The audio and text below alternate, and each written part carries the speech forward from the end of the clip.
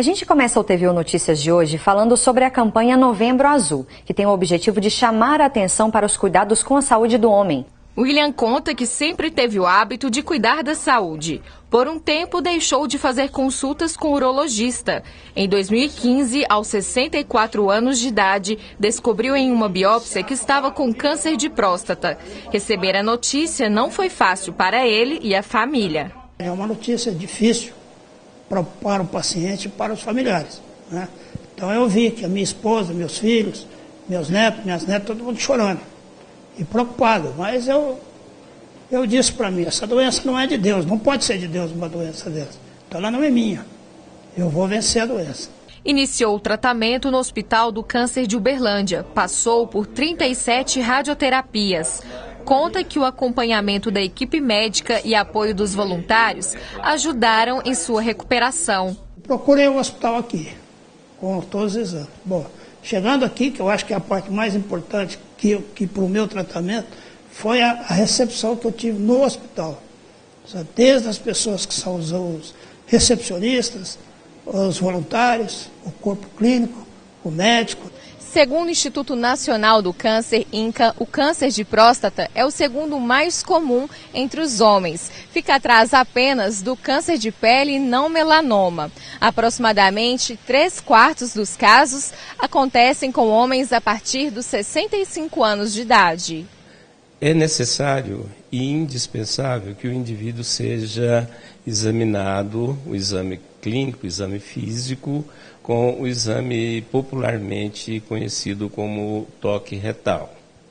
Esse exame é simples, indolor, realmente não dói, não deixa nenhum tipo de sequela, não fere a masculinidade do homem e ele é rapidinho de ser realizado. É um exame importante que, inclusive, previne outras doenças, como lesões na região perineal, na genitália externa, no câncer do canal anal e do reto, que também é uma doença grave.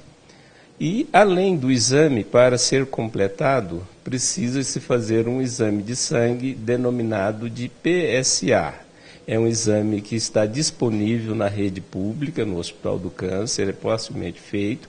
Nas unidades básicas de saúde também esse exame é feito. Com a associação do exame digital da próstata e o exame de PSA, previne-se o câncer de próstata em até 90% a 95%. O histórico genético é um dos fatores de risco. Segundo o especialista, o homem que tem um parente de primeiro grau com câncer de próstata tem 2 vezes mais chances de também desenvolver a doença. Em casos de 2 parentes de primeiro grau, o risco cresce para 5 vezes aproximadamente. Com 3 parentes, o risco é 11 vezes maior. Sabemos que, como o câncer de próstata, ele tem fatores de risco como etnia, fatores genéticos e fatores ambientais também. Isso daí, esse conjunto de fatores, faz com que o médico conheça o paciente que precisa ser mais cuidado, mais abordado, precise de fazer um exame mais precoce. É possível tratar o câncer de próstata. O monitoramento periódico da doença é importante.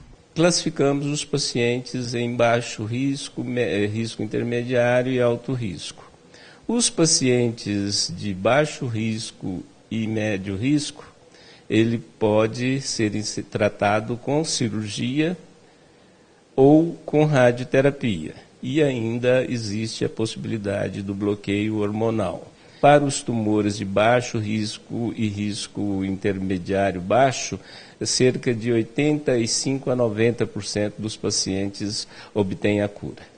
Em 2016, William recebeu alta e ainda mantém o acompanhamento a cada 90 dias.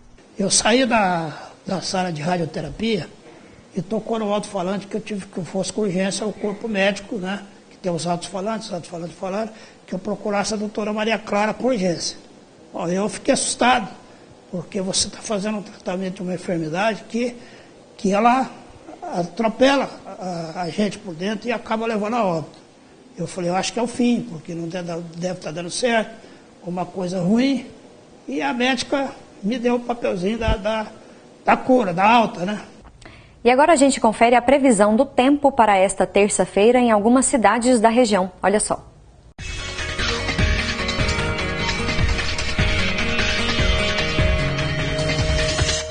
Em Uberlândia deve chover amanhã. A mínima prevista é de 18 e a máxima de 21 graus. Em Patrocínio, a temperatura varia entre 15 e 20 graus. Também tem previsão de chuva para esta terça-feira.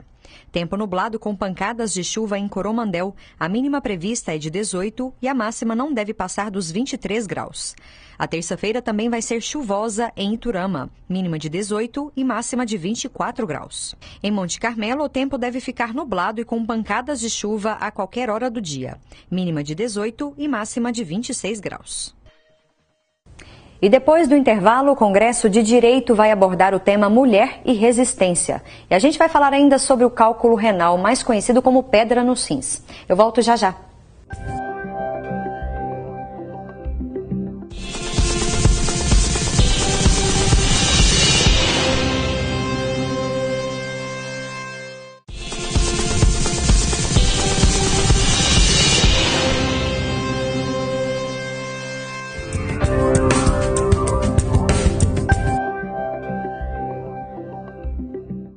Começa amanhã, terça-feira, a segunda edição do Congresso de Direito e Literatura UFO com o tema Mulher e Resistência. A repórter Gislene Rodrigues traz os detalhes pra gente. Olá, Daniela, e a todos que assistem o TV Notícias. O Congresso acontece entre os dias 7 e 8 de novembro. Para ter mais detalhes, eu converso com a professora Cândice Lisboa. Ela é professora da Faculdade de Direito da UFO. Professora Cândice, conta pra gente o tema deste congresso, o que vai ser discutido nesses dias. O congresso ele é sobre a Carolina Maria de Jesus, que é uma autora que é aqui de perto, de Sacramento, e ela tem uma história de vida bem difícil e é isso que a gente vai abordar no Direito e Literatura.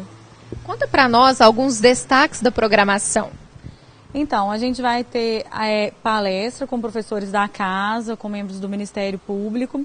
Nós vamos ter a presença também do André Caran, que hoje é o expoente do Direito e Literatura Nacional. E a gente vai ter algumas vivências também lá à tarde. Professora, por que vocês acham importante pensar essa questão do direito e a literatura? Qual é a relação que nós podemos pensar sobre essas áreas?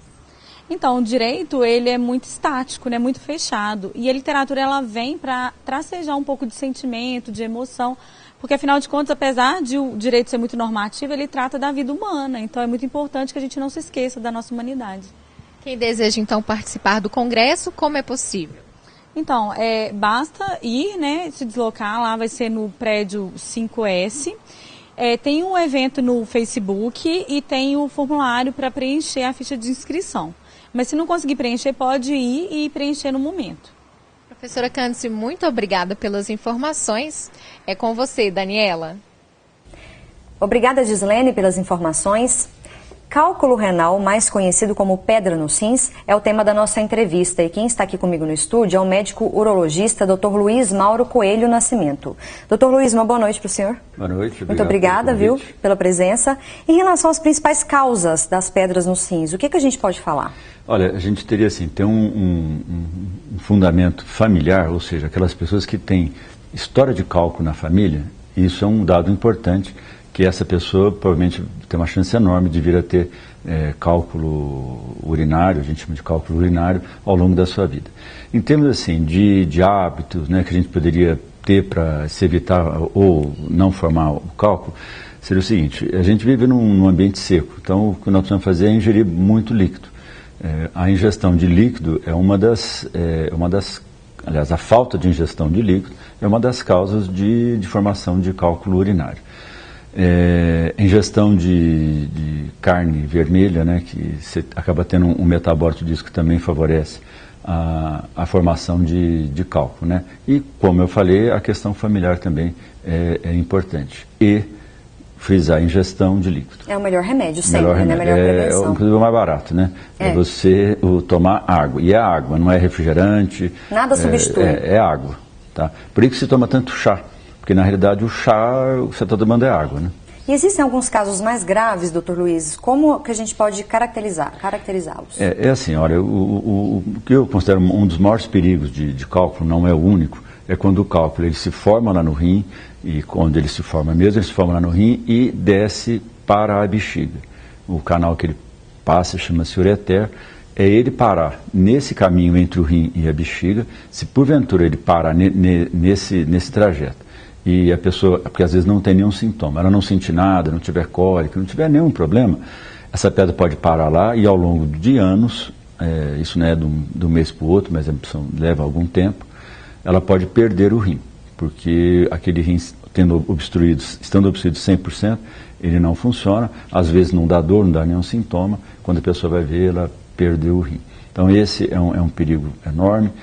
De novo, a pedra parar e dar algum processo infeccioso e aí infeccionar aquele rim, aquela unidade daquele lado, isso realmente, o rim é um órgão, quando ele infecta, é muito perigoso para a vida, precisa tomar muito cuidado com isso.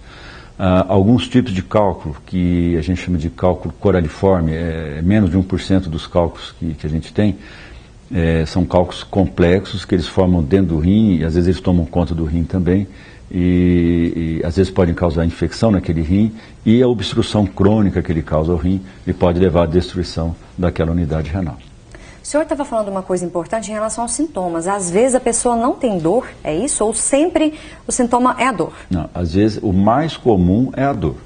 Ou se ele estiver lá dentro do rim, às vezes obstruindo parcialmente o rim, dá uma sensação de peso naquele local do rim. Ou o que é o mais comum ainda é a cólica renal. Ou seja, uma pedra desce, sai do rim para a bexiga e nesse trajeto ele pode dar a cólica renal, que é o mais assusta as pessoas, porque é uma dor horrível, uma dor muito forte mesmo e em geral você precisa ser hospitalizado para melhorar essa cólica. Então esse é o sinal mais claro, seria a cólica renal. É correr para o hospital, né? Correr para um pronto-socorro. Só que nem sempre o quadro evolui dessa forma. A maior parte dos cálculos, mais de 60% deles, eles se formam no rim, desce para a bexiga e sai sem sintoma nenhum. São os cálculos até 7, 8 milímetros de diâmetro. Mas, eventualmente, pode não ter sintoma nenhum mesmo. Então, assim, a pessoa que tem história de cálculo, que já teve um cálculo na vida, a chance dela ter a segunda e a terceira é muito maior do que daquela pessoa que nunca teve um cálculo. Então, se quem tem história familiar ou que já teve um cálculo, precisa pelo menos uma vez por ano, por aí um ano e meio, fazer uma investigação. O que é? Um exame de urina simples e um ultrassom. Fazer um check-up, né? Um ultrassom que é um exame que não é invasivo, é um exame relativamente barato e dá uma informação importante a respeito de se tem pedra, se está obstruído, se não está.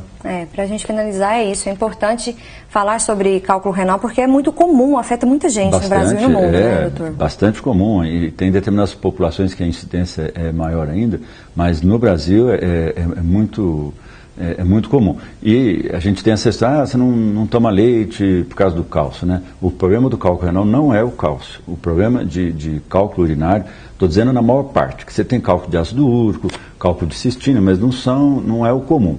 O mais comum é de oxalato de cálcio, representa mais de 60% dos cálculos. Então, esse cálculo, o que deveria fazer? Ingestão de água, tá? Muita água, pelo menos 1,5 litro, 2 litros de água por dia, diminuir carne vermelha e diminuir sal. Não precisa tirar o sal, mas diminuir. Que até a retirada do sal é até bastante saudável em função de outras coisas, hipertensão, né? E aí outras doenças, né? Ok, muito obrigada pela sua participação. Eu que agradeço, obrigado e sempre que necessário estamos aqui, com o maior prazer. Estamos à disposição também. Obrigado. Nós vamos para um rápido intervalo e voltamos já, não saia daí.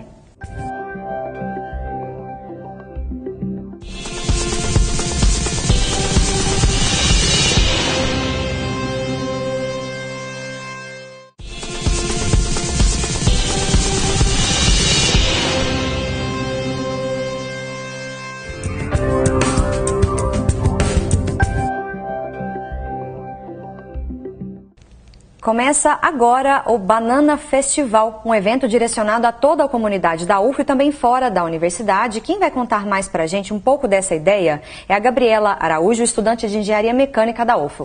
Gabriela, uma boa noite para você. Muito obrigada. Conta pra gente Por que vocês pensaram isso? Por que Banana Festival? A ideia em geral é abordar o outro lado da vida universitária, é isso? É bem isso mesmo. Tudo começou porque, desde que eu entrei na graduação, eu percebo que a engenharia, ela meio que tem um paradigma, assim, uma coisa meio fechada. Querendo ou não, o curso de engenharia na UFO foi o primeiro curso de engenharia mecânica. Então, meio que tem uma tradição, uma coisa que ainda não foi quebrada. E o nosso intuito era trazer justamente esse outro lado, esse lado mais subjetivo dos alunos de engenharia. Porque não é assim, tipo, todos os alunos são robozinhos que fazem cálculos. Tem muito mais. E aí a gente queria abordar isso, essa parte por trás das pessoas. Essa coisa por trás da graduação, sabe? Não são só os estudos isso, ali, ficar em cima dos livros, exatamente. Né? E reaproximar do resto da UFO também, ter um pouco mais de sintonia com o resto. Vocês vão falar de saúde mental também. Vocês consideram isso muito importante, tendo em vista até várias reportagens que a gente tem visto, né, Gabriela, sobre saúde mental, inclusive na pós-graduação, né? Por isso que vocês trouxeram esse tema para debater? Sim. Na programação, por exemplo, hoje nós teremos uma palestra e oficina terapêutica com uma psicóloga, que ela vai trazer vários assuntos pertinentes sobre ansiedade e depressão na graduação. Porque, de certa maneira, é meio que um tabu falar sobre isso. Porque todo mundo pensa que dentro da universidade é só maravilhoso. A gente tem várias festas, happy hours e tudo mais, mas, na verdade, tem muita gente que passa por uma pressão psicológica muito forte. E principalmente nos cursos de engenharia e em vários outros cursos que também não é muito comentado. E acaba que fica uma coisa banalizada. E a gente quer trazer isso, a gente vai falar sobre isso. Como os alunos devem se tratar, onde procurar ajuda, esse tipo de coisa. Para meio que tirar um pouco desse peso das costas de uma graduação tão complicada. Em relação à programação e a participar do evento? Então, hoje nós teremos uma psicóloga que ela vai falar sobre ansiedade e depressão na graduação. Ela vai tratar de assuntos bem pertinentes, de onde procurar ajuda, esse tipo de coisa. Logo após teremos um coffee break e também uma oficina de forró. Amanhã nós teremos uma palestra sobre engenharia e sociedade, com um professor maravilhoso que é formado em História da Arte, com mestrado em ficção científica. Então ele vai trazer como a engenharia e a sociedade andam juntas e como uma pode modificar a outra. Depois teremos uma oficina de yoga, vai ser muito legal. E na quarta-feira vamos começar com uma palestra sobre tecnologias sociais e culturais e soft skills, que são como lidar com as pessoas mesmo, inteligência emocional, esse tipo de coisa. Comunicação. E depois a gente vai ter o Espaço Banana, que meio que foi a ideia inicial do projeto, assim, que vai ser um espaço aberto para todo mundo que quiser expor desenhos, poesias, recitar. Teremos apresentações musicais de 7 bandas. Todas essas bandas são da engenharia, por incrível que pareça. A gente não imaginou que ia ter tanta gente da engenharia que fosse participar. É um outro lado mesmo, né? Outro lado, realmente. E assim, todos esses 3 dias, qualquer pessoa pode participar. Ainda dá tempo de se inscrever. Você pode se inscrever na hora no evento. Vai acontecer hoje nos anfiteatros 5R, A e B, amanhã e depois o 5O, C e D, se não me engano.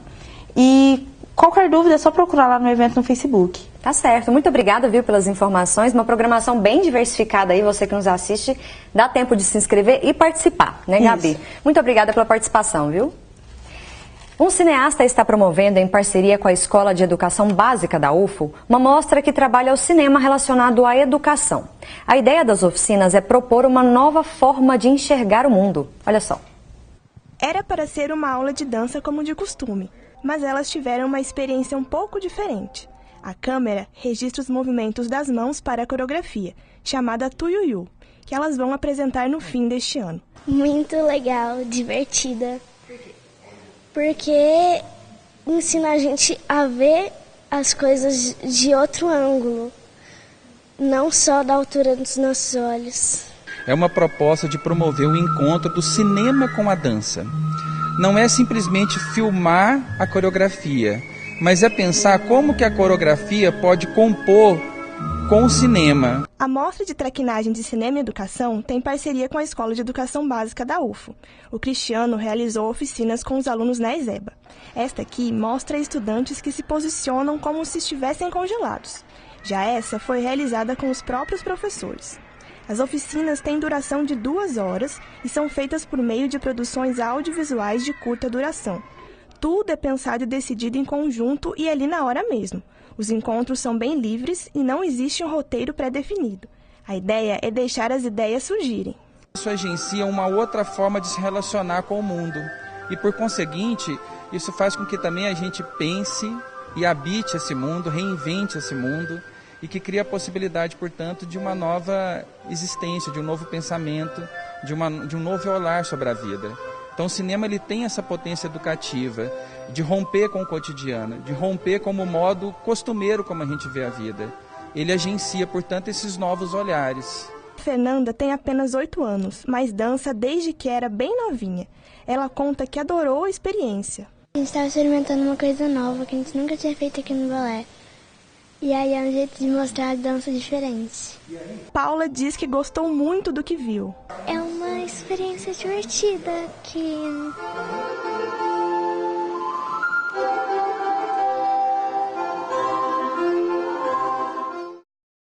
E o TVU Notícias desta segunda-feira termina aqui. Amanhã a gente se vê. Até lá.